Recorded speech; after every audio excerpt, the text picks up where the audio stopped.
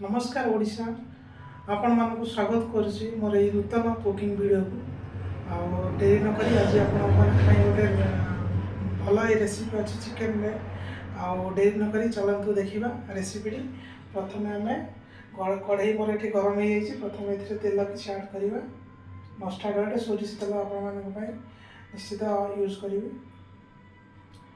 तेल ही आम आड करदे तेल आड करापर से किसी आम सुखिला लंका देवा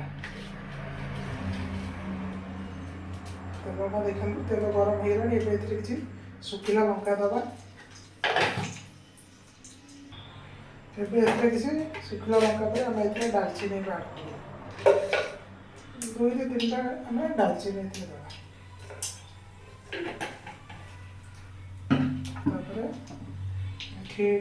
पियाज काटिकी रखी कटा जाइए पियाज ये दबा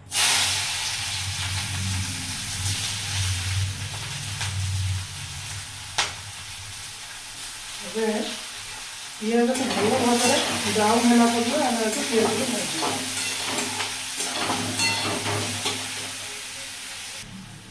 पियाज टी शीघ्र हम से लगी मुझे किसी लुण आड कर लुण देला आपंकर पियाज टी शीघ्र हो लुण दूँ मिक्स कर देखो मोर पियाज टी हो आसला ब्राउन कलर एवं मु ग्राइंडिंग कर अदा रसुण पेस्ट को देवी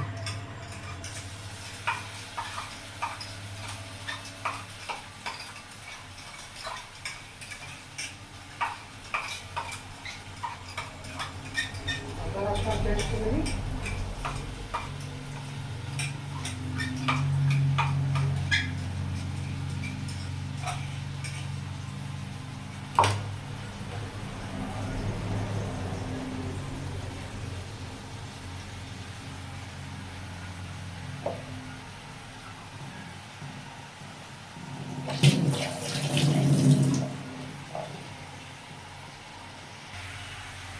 अदा रसुण को भल भाव में कषा जमी रसुण स्मेल कर रसुण स्मेल गला आम को कषा भल भाव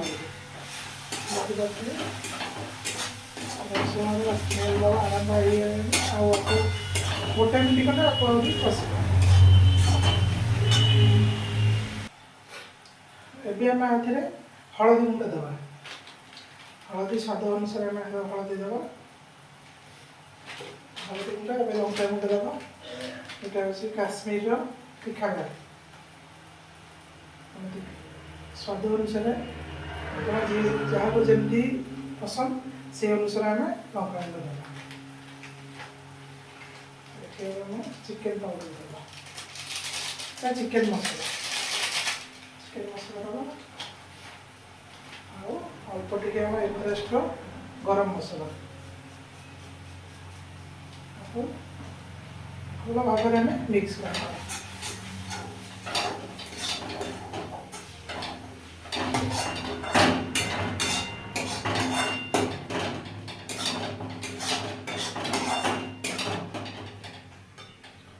किसी पानी देदेवा मसला टी किसी समय सीझा को आम ए पानी आड कर देखिए आपको 5 ରୁ 6 मिनट बंदा मसला को भल भाव सीझे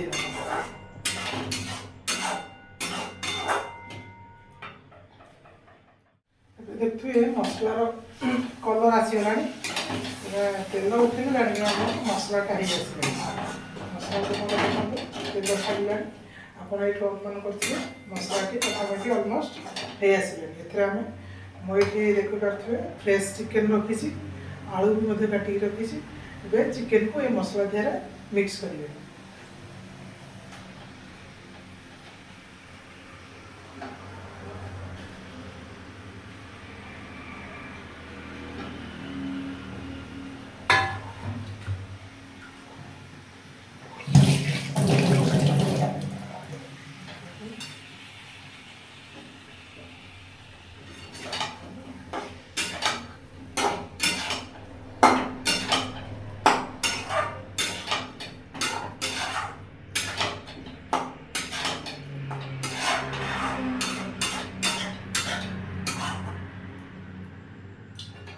ମୁଁ ଆପଣମାନଙ୍କୁ କହିବାକୁ ଭୁଲି ଯାଇଛି ଏଇ ଯେଉଁ ଚିକେନଟି ହେଉଛି ଏ ଚିକେନଟି 100 ଇୟର୍ସର ଗୋଟେ ପୁରୁଣା ଡିସ୍। ଏଇଟା ହେଉଛି ଇଷ୍ଟର୍ନ ମାନେ ଇଷ୍ଟର୍ନ ସାଇଡ଼ରେ ବେସିକାଲି ଏଇ ଚିକେନ ଡିସ୍ଟି ମୁଖ୍ୟତଃ ଖାଆନ୍ତି। ଆଜିକି ପ୍ରାୟ 100 ଇୟର ତଳେ ଓଡ଼ିଶା ୱେଷ୍ଟବେଙ୍ଗଲର ରାଜାମାନେ ପ୍ରଥମେ ଏଇ ଡିସ୍କୁ ମାନେ ଭଲ ପାଉଥିଲେ ଖାଇବାକୁ। ପରେ ତ ଏବେ ଜେନେରାଲି ଚିକେନ ପ୍ରାୟ ଲୋକ ସମସ୍ତେ 90% ଲୋକ ଓଡ଼ିଶା ୱେଷ୍ଟବେଙ୍ଗଲ କନଜମ୍ପସନ୍ କରୁଛନ୍ତି। ଅଦର ଷ୍ଟେଟ୍ ବି ପ୍ରିଫର କରୁଛନ୍ତି ଚିକେନ, ଯେହେତୁ ତାର ଟେଷ୍ଟ ସେମିତି ଟେଷ୍ଟ ବି ତାର ଯାହାକୁ ଯାହା ଚିକେନ ପସନ୍ଦ ସେ ଅନୁସାରେ ଟେଷ୍ଟ ବି ଅନୁସାରେ ସେମାନେ ରୋଷେଇ କରୁଛନ୍ତି। ଆଉ ଚିକେନ ଜେନେରାଲି ମୁଖ୍ୟତଃ ଚିକେନ କଷା ପ୍ରାୟ ଲୋକମାନଙ୍କୁ ପସନ୍ଦ ହୁଏ। ଆଉ ଆଜି ମୁଁ ଆପଣମାନଙ୍କ ପାଇଁ କରିଛି, ଆଶା କରୁଛି ନିଶ୍ଚିତ ଆପଣମାନଙ୍କ ପାଇଁ ଭଲ ଲାଗିବ। ଏବେ ଚିକେନଟି ମୋର ପାଖାପାଖି ବଏଲ୍ ହେଉଛି, ଆଉ 10ରୁ 12 ମିନିଟ୍ ଲାଗିବ କମ୍ପ୍ଲିଟ୍ ହେବା ପାଇଁ। ଆଉ ଚାଲନ୍ତୁ ରୋଷେଇ କରିବା।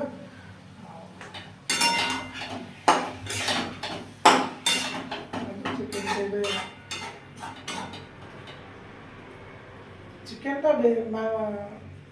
ବ୍ରଏଲର ଚିକେନ ପାଖାପାଖି ଅଲମୋଷ୍ଟ 20 ମିନିଟ୍ ଭିତରେ ସିଝିଯିବ। ଯେହେତୁ ଦେଶୀ କୁକୁଡ଼ା ହେଲେ 45ରୁ 1 ଆୱାର ଲାଗିବ ସିଝିବା ପାଇଁ। ଯେହେତୁ ମୁଁ ବ୍ରଏଲର କରୁଛି ନିଶ୍ଚିତ ଭାବରେ 15 ମିନିଟ୍ ଭିତରେ ମୋର ରୋଷେଇ କମ୍ପ୍ଲିଟଲି ହେଇଯିବ।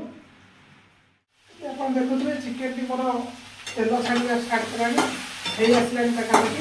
ଆଉ ମ୍ୟାକ୍ସିମମ୍ 5 ମିନିଟ୍ ଲାଗିବ ହେବା ପାଇଁ। ଆପଣମାନେ ଦେଖନ୍ତୁ, ଯେତେବେଳେ ଜାଣିବେ କି ତେଲ ଉପରକୁ ଉଠି ଆସିଲାଣି ତାହେଲେ ଜାଣିବେ କି ଚିକେନଟା ପରଫେକ୍ଟଲି କଷା ହେଇ ଆସିଲାଣି। ଆଉ 5 ମିନିଟ୍ ଆକୁ ଆମେ କଷିବା, ତାପରେ ପାଣି ଦେବା। ଏବେ ଆପଣ ଦେଖିପାରୁଥିବେ ମୋର ଚିକେନ କଷାଟି ପୁରା ହେଇ ଆସିଛି। ଧଣିଆ ପତ୍ର ତା ଉପରେ ଦେଇଯାଇଛି ଗାର୍ନିସିଂ ପାଇଁ। ଆଉ ଆପଣମାନେ ବି ଏଇ ପ୍ରୋସେସ୍ରେ ପ୍ରସ୍ତୁତ କରନ୍ତୁ। ଆଉ ଆଶା କରୁଛି ଆପଣମାନଙ୍କୁ ନିଶ୍ଚିତ ଆପଣମାନଙ୍କୁ ଭିଡ଼ିଓଟି ଭଲ ଲାଗିଥିବ। ଲାଇକ୍ ଏବଂ ସବସ୍କ୍ରାଇବ୍ କରନ୍ତୁ। ଆଉ ନେକ୍ସଟ ଭିଡ଼ିଓରେ ଆପଣମାନଙ୍କ ପାଇଁ ଗୋଟେ ଆହୁରି ଗୋଟେ ଭଲ ରେସିପି ନେଇ ଆସିବି। Thank you.